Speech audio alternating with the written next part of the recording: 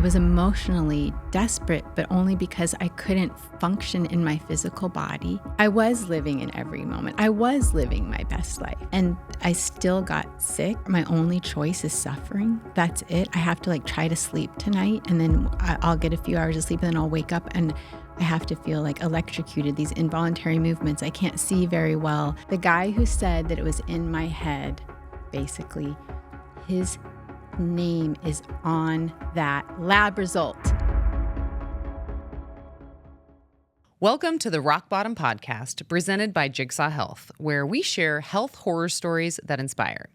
Today's guest is Razi Berry, and yes, that is her real name.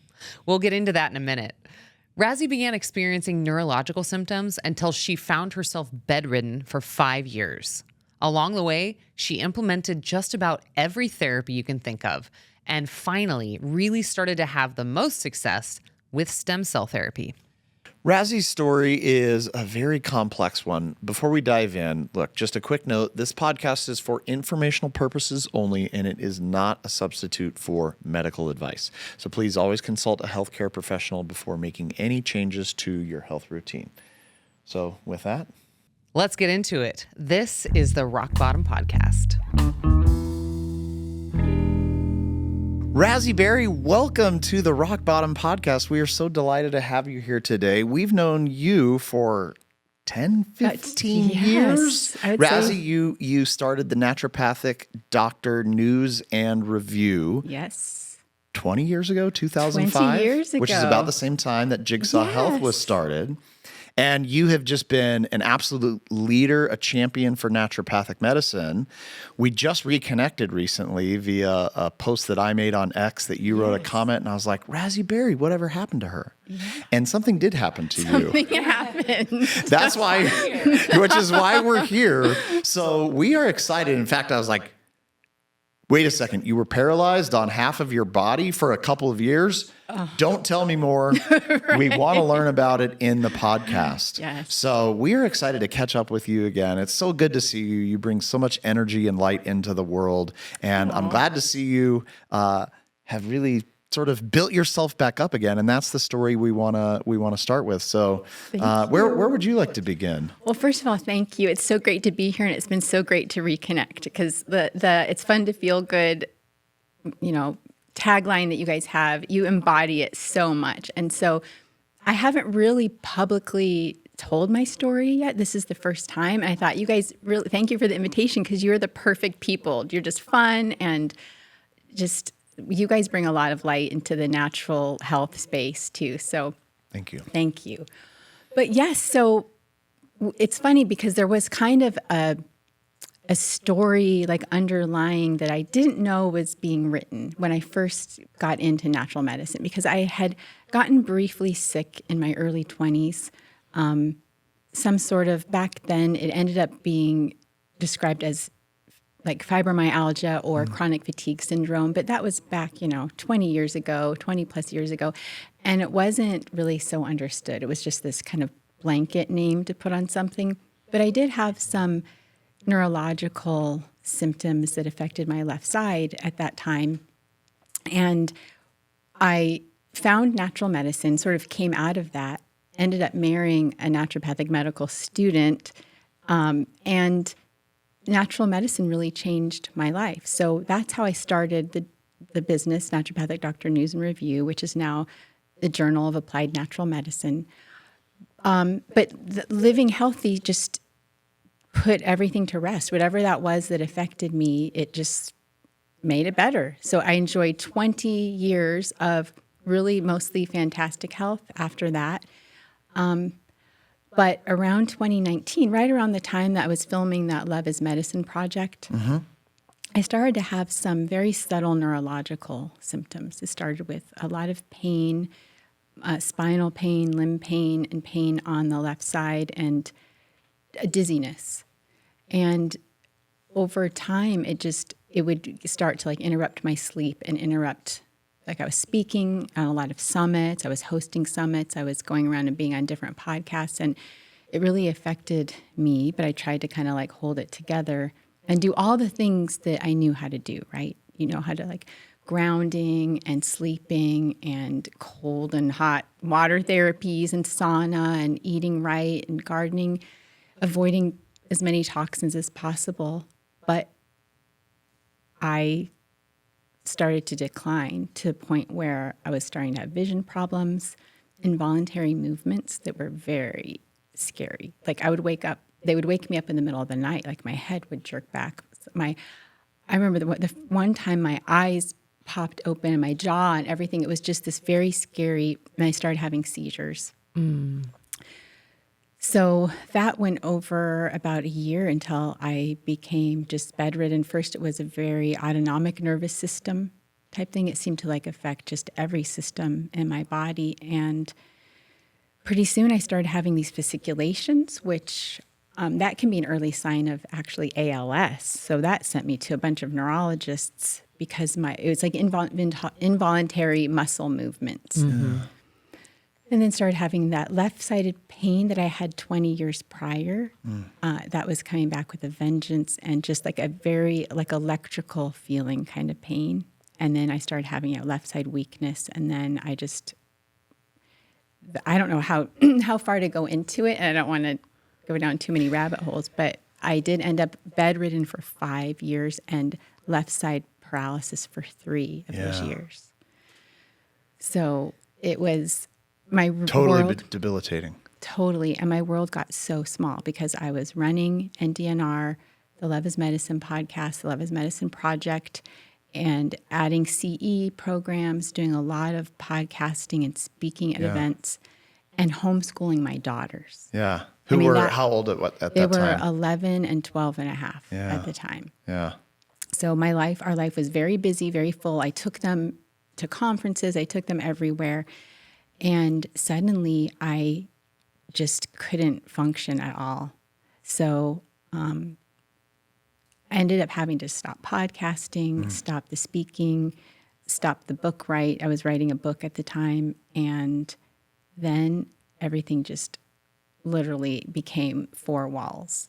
And my daughters were growing up around me, and I went through probably every treatment modality that you can think of, right? From hidden infections, mold. We moved out of the house for like any possibility of mold. I went to a mold treatment clinic.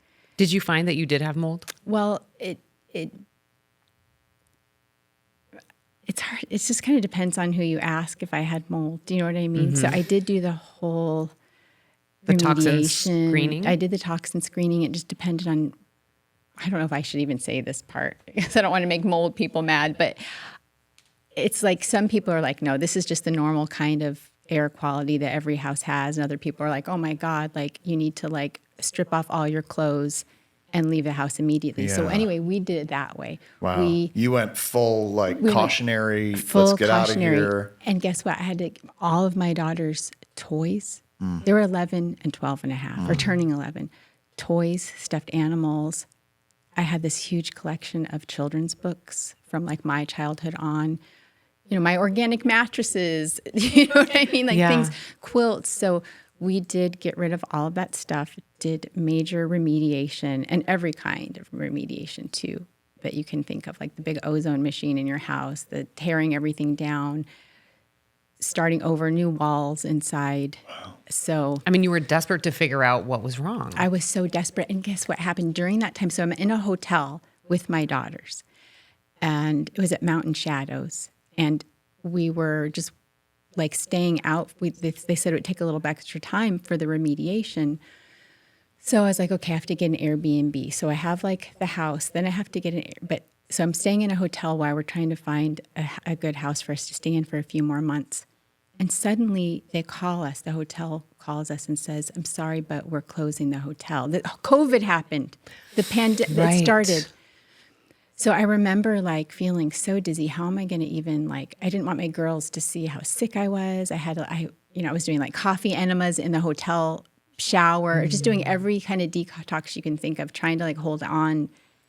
And we ended up having to live in like 3 different Airbnbs during the pandemic. Oh my goodness. Just everything had closed down. And it made the remediation slow down so much. So it ended up we were out of our home for 6 months. And the girls, they are such a blessing because they lost everything. Imagine losing all your books, all your toys. Our dog and cat had to go stay somewhere else because the Airbnbs during the pandemic didn't want any animals around. So it was a very frightening experience. So traumatizing. And just not knowing exactly what the problem was. Were you doing like various blood tests with various doctors? I'm sure you were. I mean, When she says everything, They were she running all the means tests they could think of. everything. This Yes. is the Gary Oldman moment in The Professional. It was like everything. Because she's the publisher of Naturopathic News. Yeah. So she's read through all of the different detoxes. I'm curious, did your blood And work come back normal? By the way, I'm sure the audience is wondering, Razi Berry, that can't be a real name, is it? It is. It is your real name. So here's the thing: it's Razi, and my middle name is Ann, and my last name is Berry. When I was married and got married, I didn't ever change my name because I thought, what Your name else is could too go cool. with Razi? But I sometimes pretend Ann is part of my first name, even though it's my middle name, just because so often people are just like. Razi Ann. Like you can come up. I am Razi Berry. I go by Razi, but sometimes in print, right? I'll just put Razi Ann. So because it's like, it sounds like a stripper name or something. They're like, and you're in naturopathic medicine? Oh my gosh. What a great aside. I'm glad that we covered that Yes, early. we needed because to. We needed to. Okay. Well, it was my grandma, my beautiful 95-year-old grandma, whose name is Martha. So she was like, we are going to give this girl, I was her first granddaughter, and she was trying to find something that would go with Berry. And they were apparently just having such a fun time doing it. And when she said like Raz or Razzie, like everybody actually liked it. So I don't know, what was in the brownies during that meeting. I have no idea. We'll never know. But I love your name. I think it's super snazzy. Yeah. Yeah. So I was just curious, when you were doing your blood test and whatnot, how did did they Yes. come back out of whack, or were they looking normal? No, but you're like, they were out of whack, but it wasn't a pattern that specifically showed like a disease process, and just the neurological symptoms were getting so severe.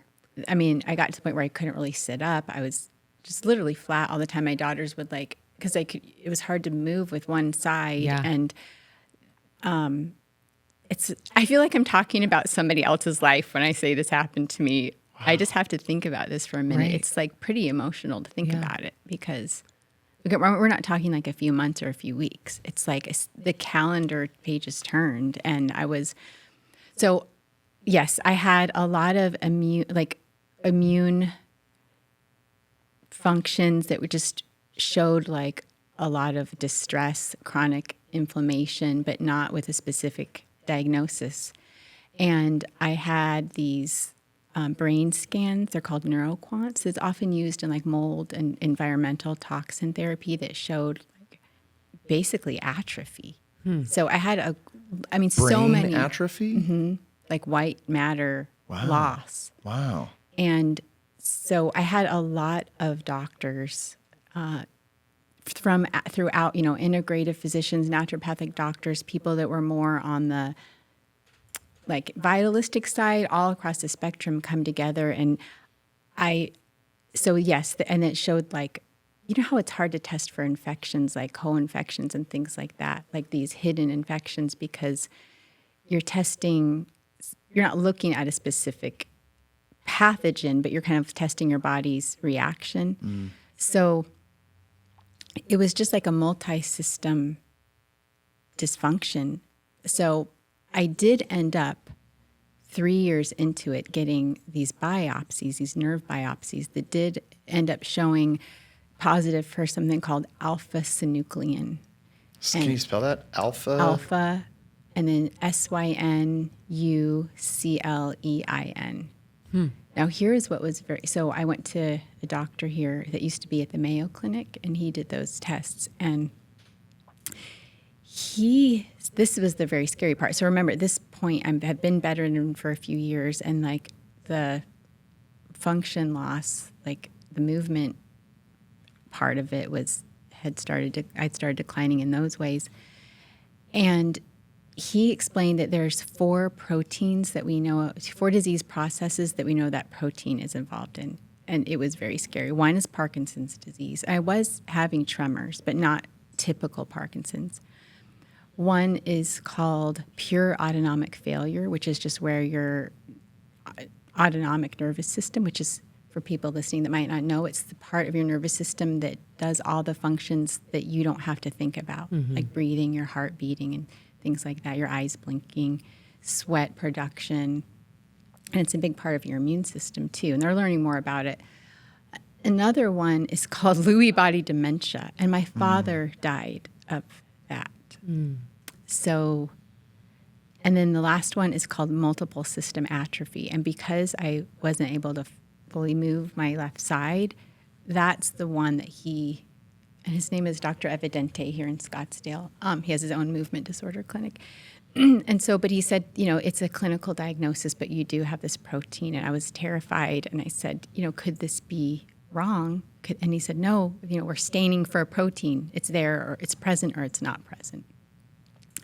So depending on how you look at this, it's that, that was really, I had a cousin that died of ALS. Okay. And she was only in her 50s, and this was like in 2018 that happened. So there was a little bit of crossover of our illnesses. She was on my mom's side, Kelly. And so there was a lot of scary thought, too. Here I had been declining. Kelly had died of ALS, and my father had died of Lewy body dementia. So this neurological decline was just so frightening.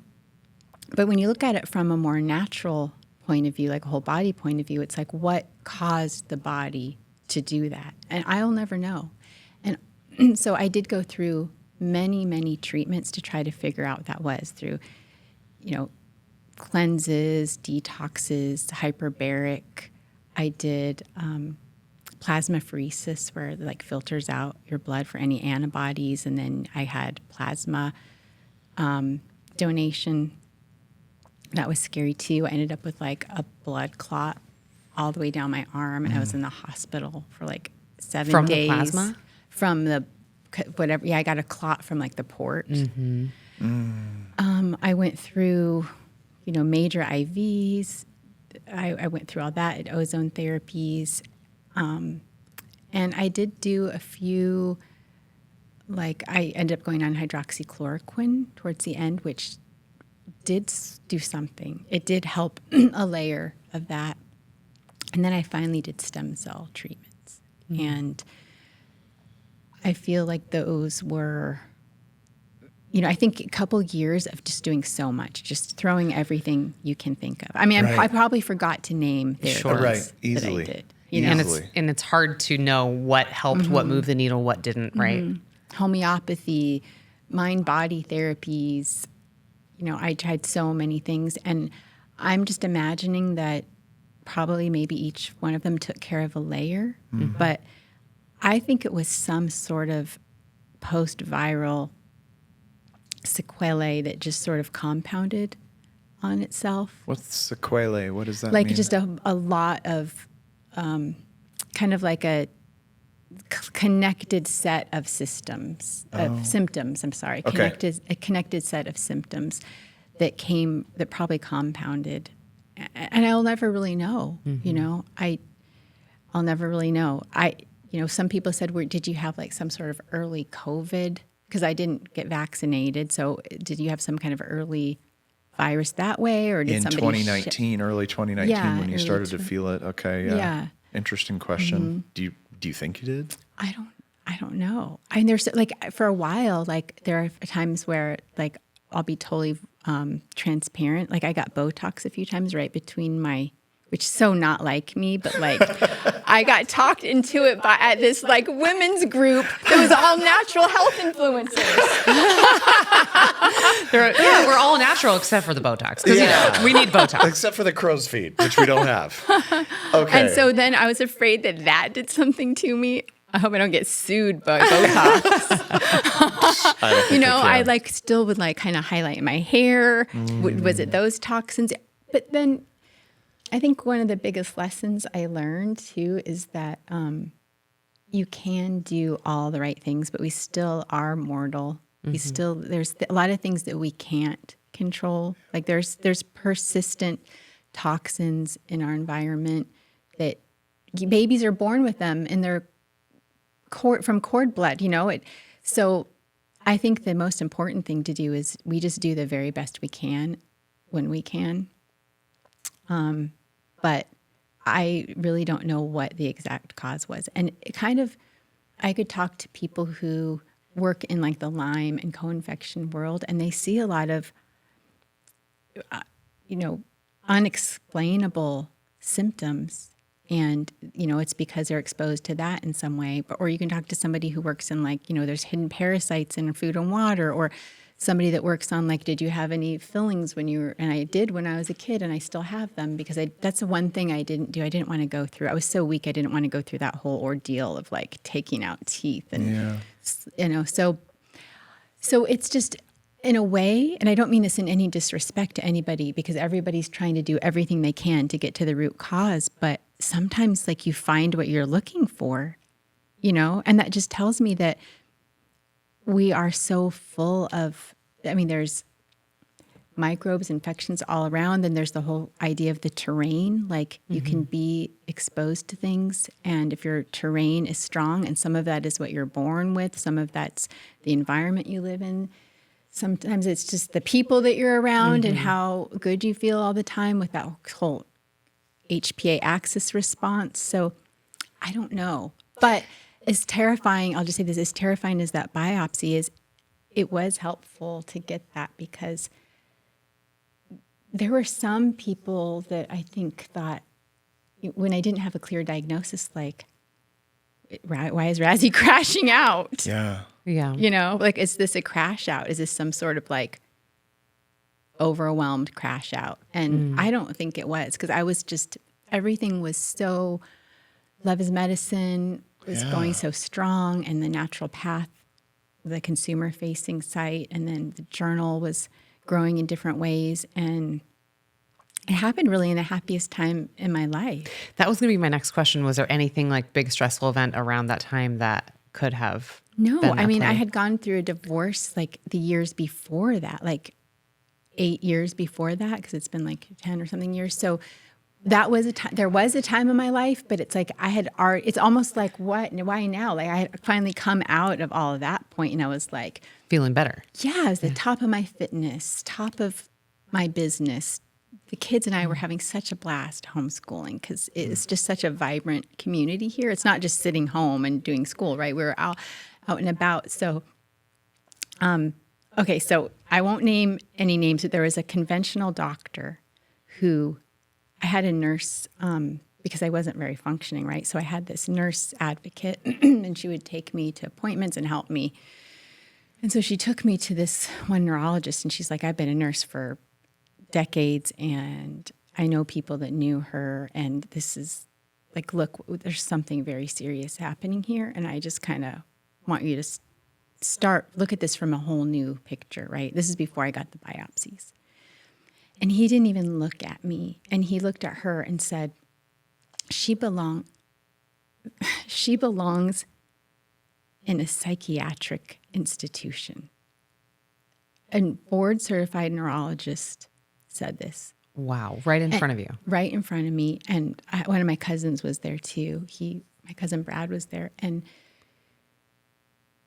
I just was couldn't believe. It was such a nightmare. I could not believe, especially after part of my journey, part of Natural Path is showing the patient side of things. Here's a whole community, naturopathic doctors, functional medicine doctors, nutritionists, integrative doctors, body therapists who will look at your body as a whole and will believe you. We come to us here, we believe you. Here's people that believe you. And then I was being told so here's the thing. He is medical director or was medical director of the lab that specializes in this biopsy that I did. Whoa. So when I got that biopsy back and the doctor is telling me the results, this doctor's signature. It might be like an auto stamp or whatever, but is on, like I have chills thinking about this. The guy who said that it was in my head, basically, his name is on that lab result. So I never like called back or anything, but I don't know if he saw it or if it's just like somebody in the lab is like, Dr. So-and-so, he's the medical director. Here's the lab tests. And That is ironic. It was very ironic, but I did feel like I wish I didn't have to get there that way, but it was like this sense of, I don't know if validation is the right thing, but like there were people who kind of knew of me, but weren't really close to me that really thought I was having some sort of like Mental body break. crisis of some kind, or didn't want to get better, or you got to love yourself more. And it's like, I love myself. I love myself so much. I want to get better in a healthy way. I want what's best for myself.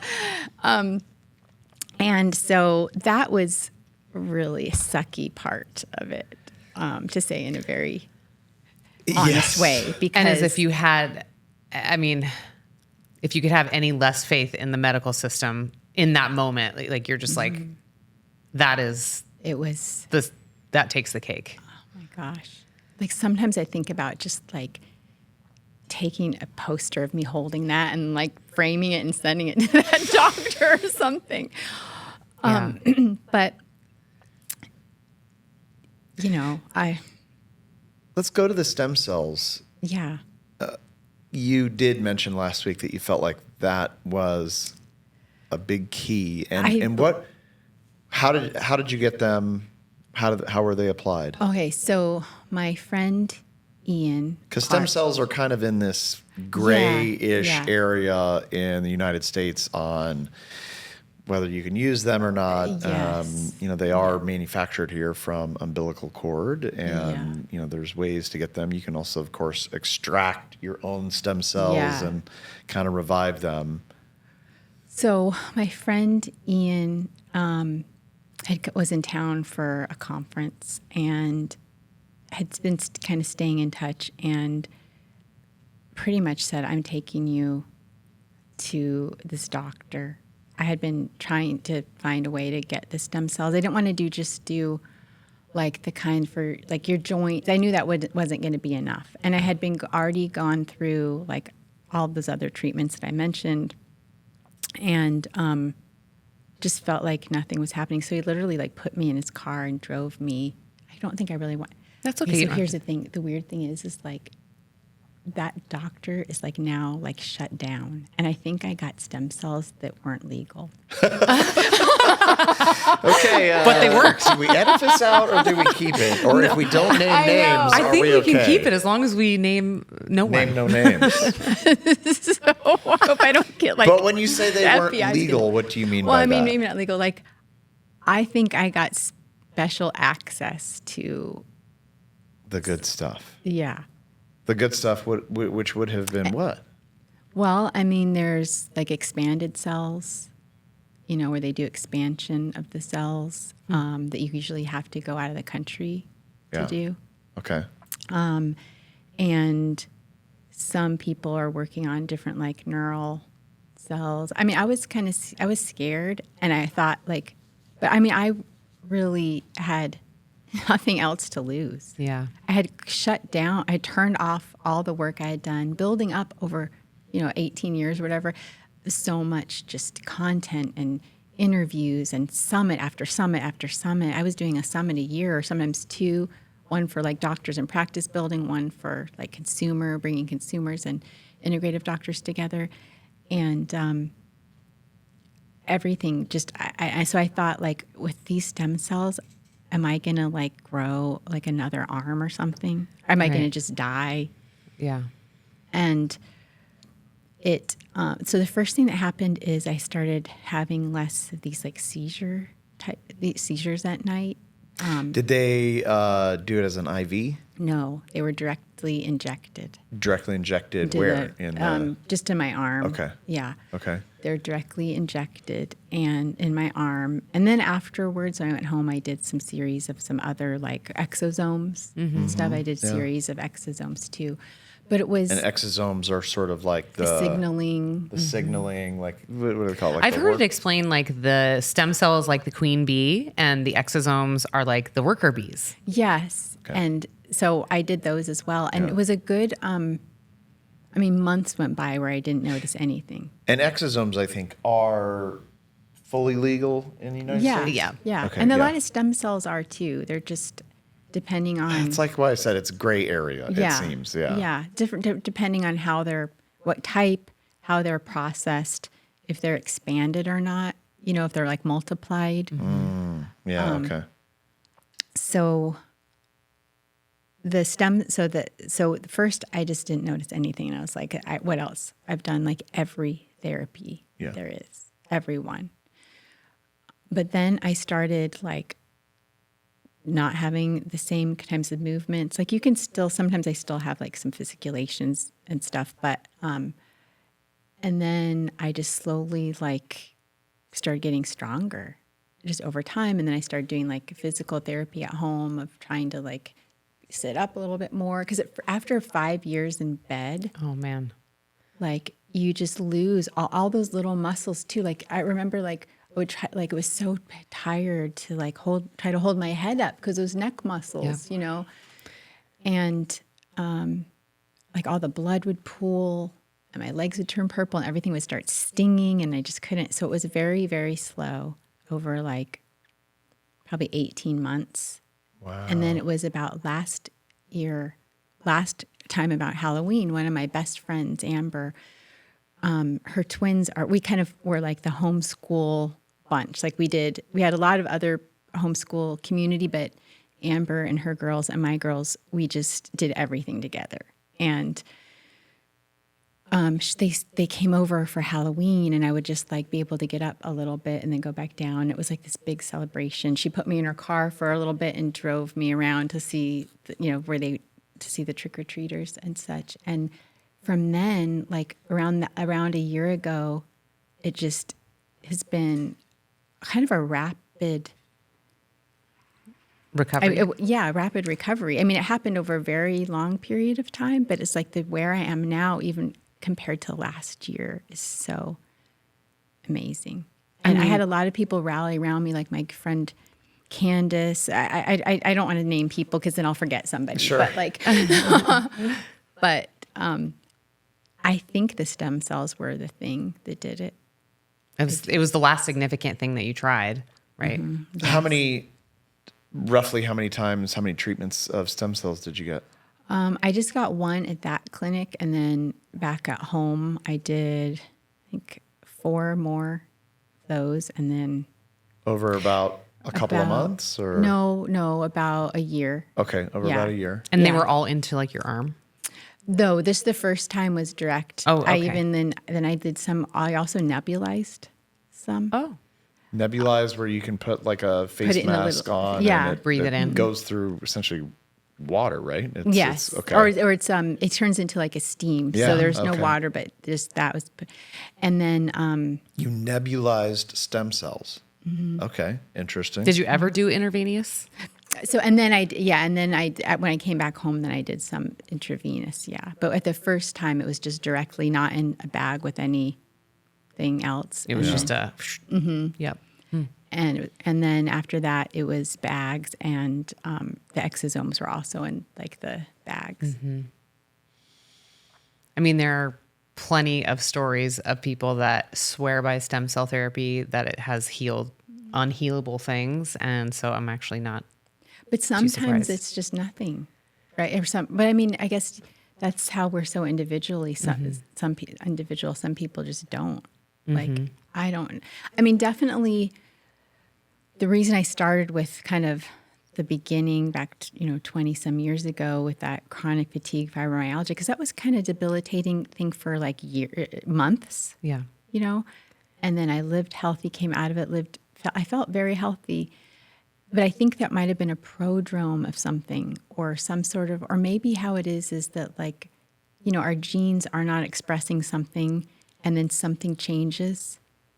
Whether it's some sort of insult from a toxin or who knows, right? Sure. Like, and it's just there were some patterns early on. So it's weird because I feel like I've had two heroes' journeys, right? Because it's like I lived just like a regular, like, didn't eat that healthy or anything life and didn't pay attention to natural living. And then I had that first situation and then lived 20 years of really well and then a complete physical crash and burn. So and the other thing that I have discovered, because in my Love is Medicine podcast, I interviewed some of like the main thought leaders in mind and body medicine, right? Even Bruce Lipton.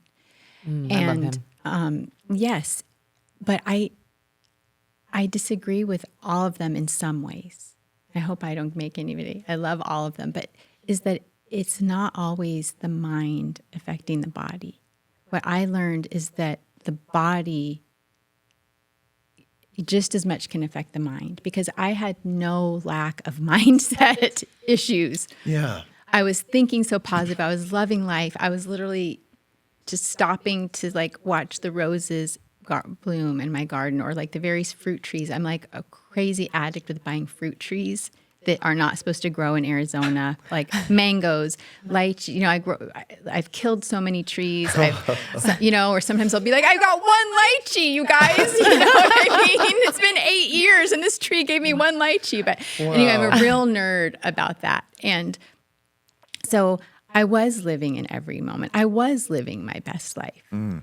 And I still got sick. And so I don't think it's all mindset. I think that's not true. I think that you can have the perfect mindset, and just the world we live in, we can get sick to where it affects your mind. And there's science for that too. The gut-brain connection isn't just one way. It's just not from the brain to the gut, which is where your immune system is. It's also your immune system in your gut to your brain, which can affect your mindset. I mean, I was not happy. Right. I was not happy.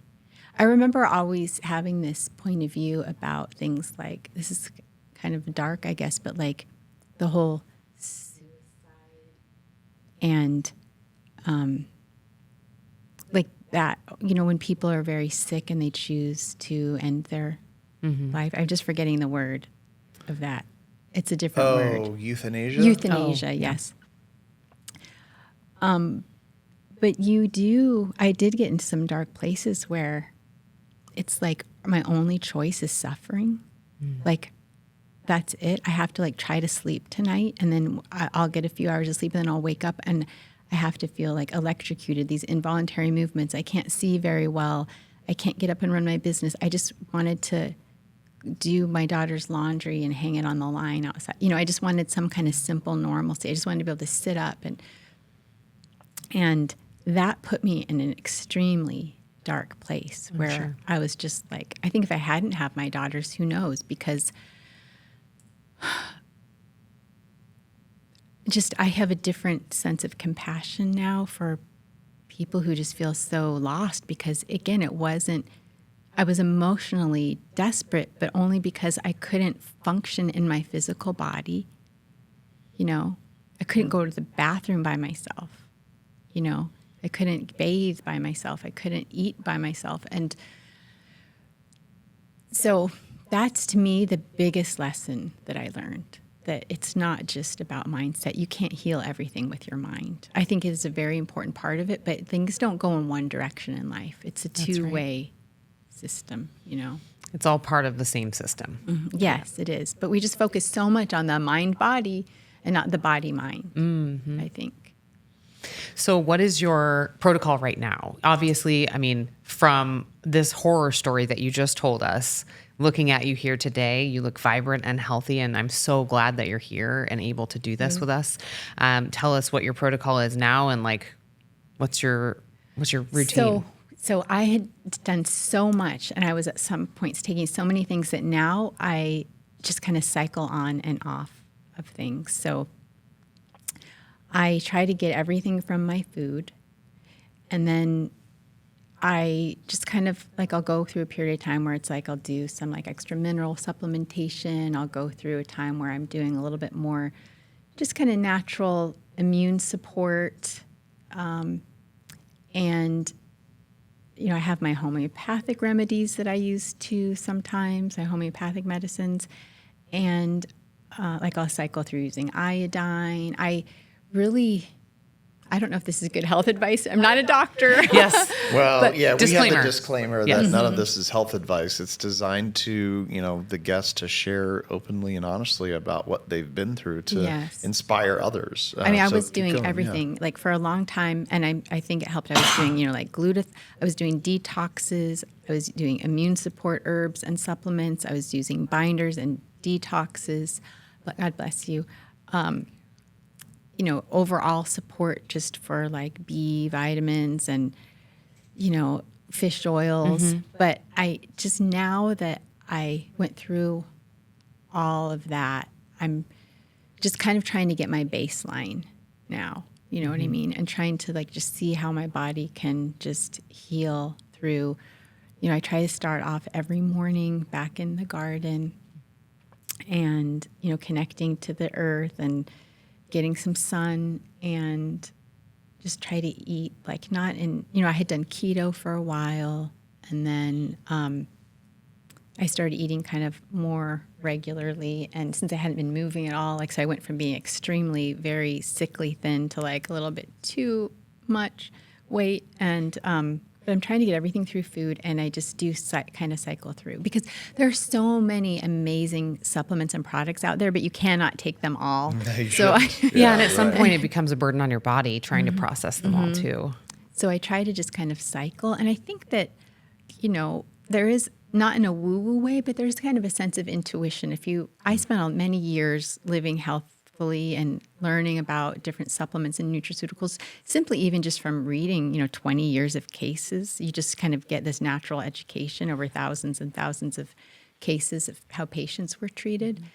And I think I'm just kind of listening, and I try to think like, okay, so this aspect, like maybe it's my sleep, or maybe it's feeling sluggish in this way. I try to just listen to my body and then work in and cycle through. So I'm not always taking one thing all the time. Not even like basics, like your magnesium and... I'm not right now. Okay. I will get back there, but I'm just trying to learn like where, because we're all deficient in so much.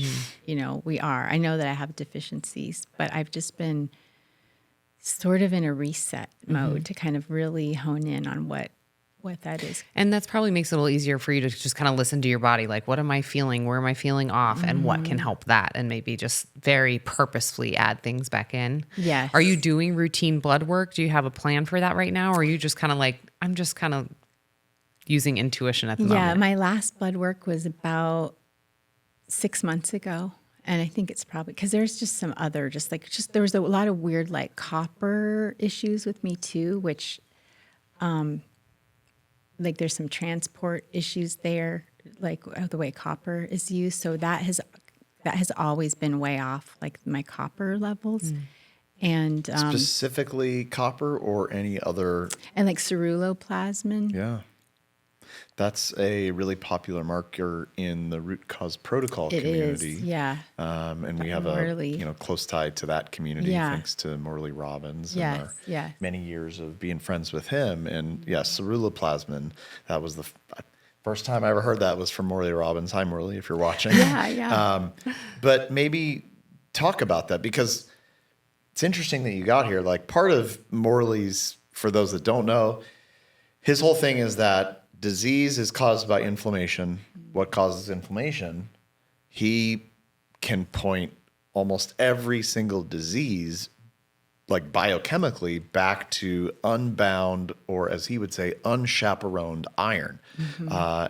Copper, ceruloplasmin, really ferrooxidase, is what chaperones iron around the body. Otherwise, iron runs around like a 4-year-old with a hammer. Exactly. Yeah. And so with that in mind, talk maybe a little bit more about the ceruloplasmin numbers. Well, do you recall what your number was? I don't recall what the numbers were, but because it was that urine test that you do that's like the most, I think, sensitive that tests for some other metabolite because there's something Interesting. called Wilson's disease. Oh, yeah, I have heard of that. Okay, yeah. So there are some doctors on the team that thought, because then I had this genetic testing that showed like some problem there too. But here's the thing about genetic testing is like most people don't just get all these different genetic markers tested.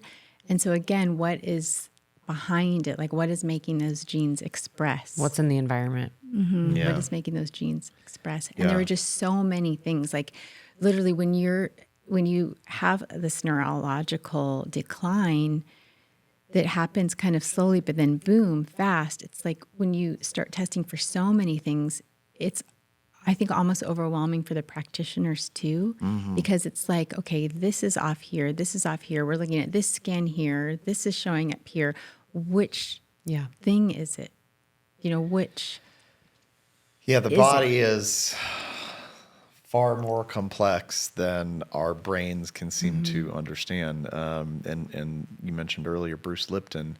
He's a really big proponent of epigenetics, sort of trumping genetics. So Yes. genetics is like, here's the blueprint of how your body's going to operate, but not all the things turn on or off. Exactly. It's epigenetics that turns those things Yes. on or off. And so the epigenetics is your environment that you can control Yes. to a certain extent, right? You Yes. can't necessarily control what air you're breathing if you're in a moldy house. You got to get out of the Right, house, right, right? So exactly. it's so multifactorial that to just draw a straight line to say this to this to this, oh, that's how we fix it. Right. And I feel like that's part of the interesting part of your episode is I'm listening to, our conversation and thinking, well, this is a multifactorial episode that Right. we have. It's not just a simple, I started feeling bad. I found this problem. I fixed it. Now I'm Exactly. better. This is like, holy crap. And that How the just- hell did you get better, Razi? Like this is I don't this is a really- hard thing. Okay, so but go ahead. You really want to? Well, so one thing I feel like if you were to take every test panel, which is kind of what happened to me, on any of, even somebody like you guys at the top health, you're going to find some sort of thing because tests are kind of, you have to translate them. They're not always like I think a lot of people think it's like, oh, you just look at something and is something inside that shouldn't be there. And it's not always like that. It's ratios. It's a lot of times it's like the interplay between things. And then you're like, okay, well, this looks normal here, but then we did this also. And this is a relationship that doesn't make sense. And there was so much testing done. And then it's like a lot of people would be like, well, this is mold is doing this. So I did go through all that treatment. It's like, well, then you've got this problem here. And so go through all that. And it's like, these are hidden infections here. Or, biofilm. So do these biofilm busters. And like, oh, everybody has these metals and stuff. And you had fillings. So do these detoxes. So how will I know which one of those things, right? How will I know? And then that biopsy for the alpha-synuclein, you might talk to a purely conventional doctor, like the one who did the biopsy, Dr. Evidente. But he didn't have, God bless him, he didn't say like, oh, okay, well, this is what you can do. Because really all they could do is like, well, you can take this to like help you sleep and take this for your mood, which I didn't want to, Treat the symptoms. treating those symptoms. And you talk to this side, well, it's like, well, probably the mold is making your body do that, or probably metals are making your body do that, or probably this dysbiosis is making you do that. I even did FMT, What's that? FMT? fecal microbiota transplant. Oh yeah. Oh, yeah. Yeah. So, I mean, you might somebody who really sees because that's being used to treat all sorts of things and tests. Very and so, successfully. And so could that have been it? But because it was just such a sharp decline, right, from somebody who had been like living in the health space, I just tried all of them. And I was able to because I knew about them and I was connected to people who knew about them. So, And you didn't really necessarily, probably in that moment, care as much about like, what was it that was going to fix it as just get it fixed as fast as possible. Yeah. and it was just such like there are diseases where people just, suffer terribly. But it was just such a prolonged. Yeah. I mean, that's what I was talking about, the dark point. I was sometimes like, God, like, please just take me or get me better. But I can't stand in this like little personal hell anymore. Right. But then my daughters, I needed to be there for them. And oh my gosh, I am so lucky that they turned out great. That's a beautiful blessing. That they just turned out great, because I don't know, when I was a teenager, I have handled watching something like that, and just their world got so small too. I couldn't drive anywhere. They weren't driving. Thank God for my homeschooling community. Those moms picking the girls up, taking them to homeschooling when I couldn't be there anymore. Well, that experience undoubtedly made those girls stronger and better for it. What has the last year been like for the girls to see their mom is back? Oh, wow. Well, it also coincided with, like, my oldest turned 18 and my younger daughter, she turned 16. So they, like, they can do more and they don't have to rely on me as much. Like, when they were still at the age where, like, I'm their chaperone. They don't go anywhere without me. And then it was other moms helping, taking them places. And now they can kind of go things on their own. But it's just, we're having so much fun. Like, it's kind of been like, in some ways, it's like nothing ever changed. But it has been very bittersweet that, like, they're not 11 and 12 anymore. And so for me, I want them to be, I want to, like, make up for all that time. They're like, Mom, I'm not, you know what I mean? I can imagine that. Yeah. And so it's been really wonderful. So just for context, when you were in the dark time, the rock bottom, so to speak, if you had to rate that 1 to 10, 1 being the worst, 10 being the best, like, I'm guessing it was pretty It was there. like, it was the worst, because it just, like, you hear somebody talk about pain, for instance, and it just, like, how, like, you don't remember how much a sore throat hurts till you're having a sore throat. That's a really good point. Yeah. It's like, oh, somebody might tell you, oh, I can't meet you, I have a really sore throat. Like, okay. But then you have a sore throat and it's like, This is damn, terrible. I use my throat for this many things. Like, I can't do anything right now. You know what I mean? Yeah. Or I can't sleep, So the pain was so, like, inside my nerve. And I still have pain mostly at night, but it's intermittent, so I can get through. But it's such an electrical type of pain, and it would go with, like, some sudden movement, and I was just like, take this away or take me. And I remember one time being so sad, like, thinking, like, I'm, like, embarrassed to say this or ashamed to say this, but just freaking, I wanted a meteor to blow up the entire house so I didn't have to worry about anyone. Yeah, right. I mean, I'm ashamed to say, I thought that. I hope I don't get, like, hate mail. When you're in that kind of place, though, I'm sure there's no limits to where your mind might go. No, So you were a 1. Yeah. And for context, where are you at on a regular basis today? Like a 7.5. That's really good. That's really good. I mean, 750% better. Yes. you were praying to be a 7.5 back then. Well, that's wonderful to hear. I mean, that's a pretty good average number considering. Yeah. And a lot of it is just the joy, too. Yeah. Like, physically, there's sometimes where I'll be like, gosh, it's been a whole week without feeling great. Or not good. I'm, like, getting through, and I'm enjoying life, though, and I'm living life. When you're just, like, I mean, my daughters would be like, Mama, here's some food, and it's like, I'd be like, okay, now I have to have how many hours of experiencing this till I can try to sleep, and then as I sleep, like, I mean, I would fall off the bed from these episodes, these, like, and so there was nothing to look forward to. Yeah. It's not you can look forward to resting or look forward to sleeping. So, yeah, it was bad. And so now, like, everything is just so much more delicious, I think. I can imagine that the things that you appreciate that most people take for granted without even thinking about it. I mean, I'm not some, like, but I still, like, I have things that I think some shitty days and shitty moments. Sure. You're still human. But yes, I think for the most part, like, I think that might annoy my daughters a little bit, because I'm always taking, like, well, maybe you don't know what kind, like, somebody could be a total jerk. Like, my daughter went to go try dresses on for this, like, formal thing, and the woman was, like, so mean to her, and She just wanted to take a picture to show me the dress she had tried on. And this is when I wasn't like still out and about yet, but I was like getting better.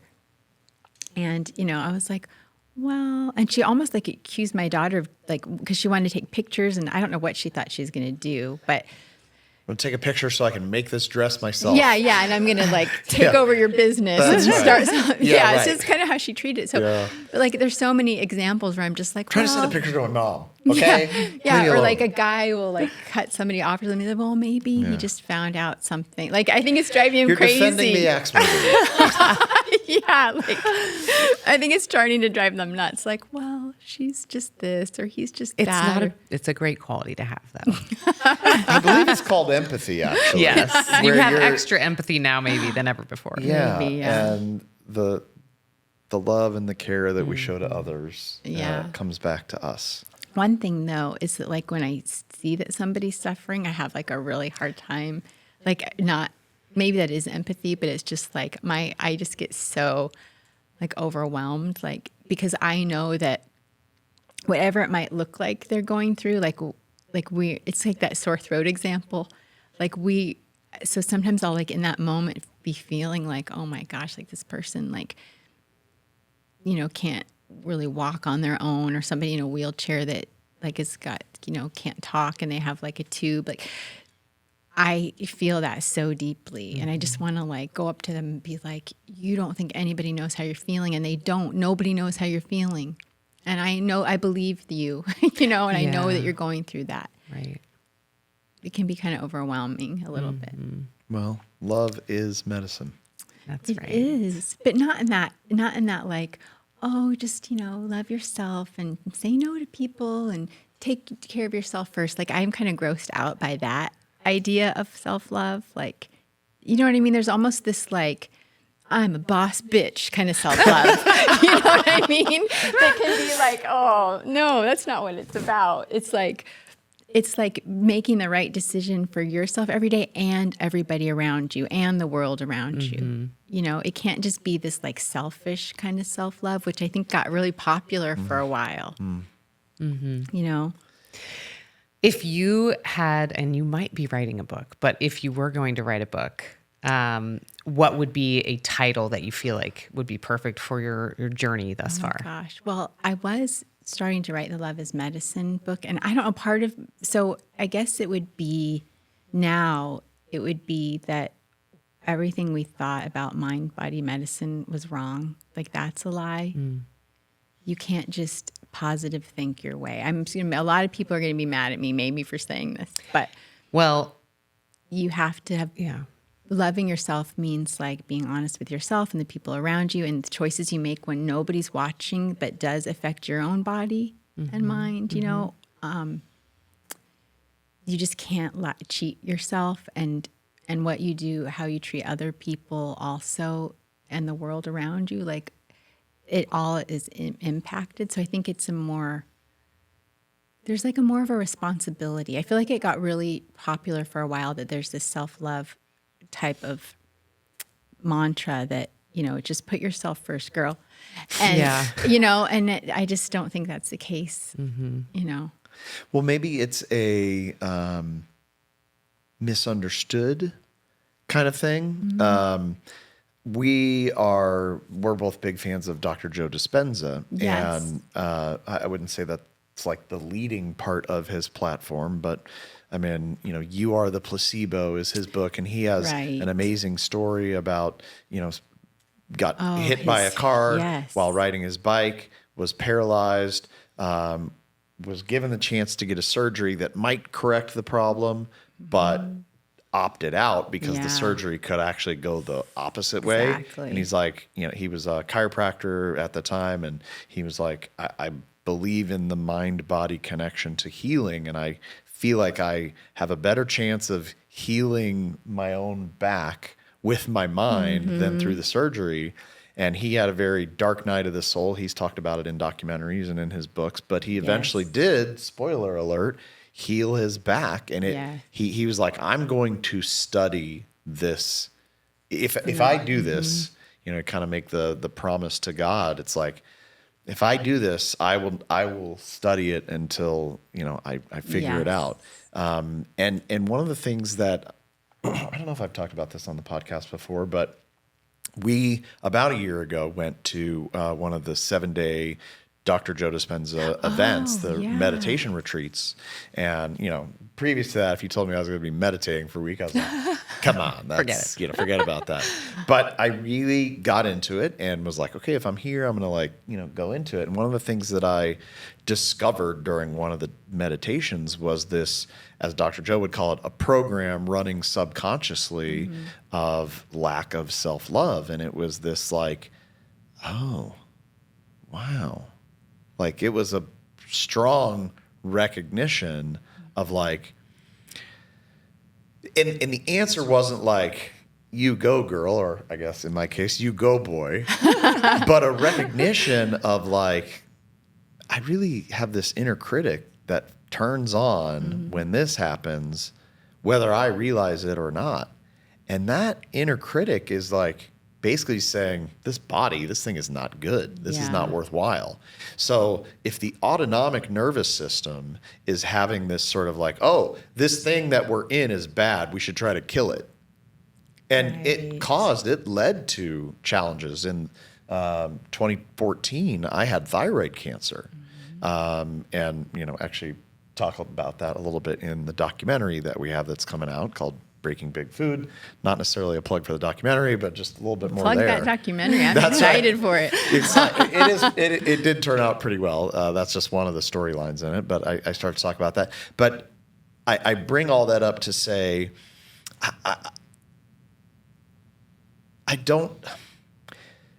I wonder how much is right and how much is wrong of the mind-body connection. Like, Bruce Lipton is a great example, big advocate of that. Dr. Joe, big advocate of that. And many of the yogis throughout the centuries. I mean, you could say there's, biblical scripture of like, be transformed by the renewing of your mind. So there's all these kind of different kind of things. I mean, one of my favorite quotes is like Abraham Lincoln saying, you'll be about as happy as you decide to be. Yeah. And so there is definitely something to it. And I feel like what Razi is saying is true, where there's a mind-body connection and there's a body-mind connection. Oh, that's interesting. It works both ways. That's what I'm trying to say. Yes. It is both directions. Yes. It's both directions. They all play a part. Yeah. And maybe part of the problem is that we as humans like to put everything into buckets. So we say, this thing over here is the Yes. mind, this thing over here is the body. And they affect each other. It's like, they're like this. I mean, they are inside of a being together. Even our energy fields that are surrounding us are like all, one field of energy. It's very complex. I mean, you can't can't ignore the mind-body part, but I think in a lot of cases, we are just looking at the one. We're not looking at it. It's like it's a highway that goes back and forth. It's a communication. It's like a pickleball game back and forth, and we're only looking at one side. And I think that there's also situations where many situations where it's the mind affecting the body. You just gave some great examples, but I think there's also other situations where, wow, the mindset's all good here, but there's something else that's Right. It's also almost affecting impossible it. to have a good mindset if something's going haywire with the body, right? Like, I mean, look at and one of the ways that allopathic medicine really fails is with people, like let's say you lose someone, it is a natural response to have grief.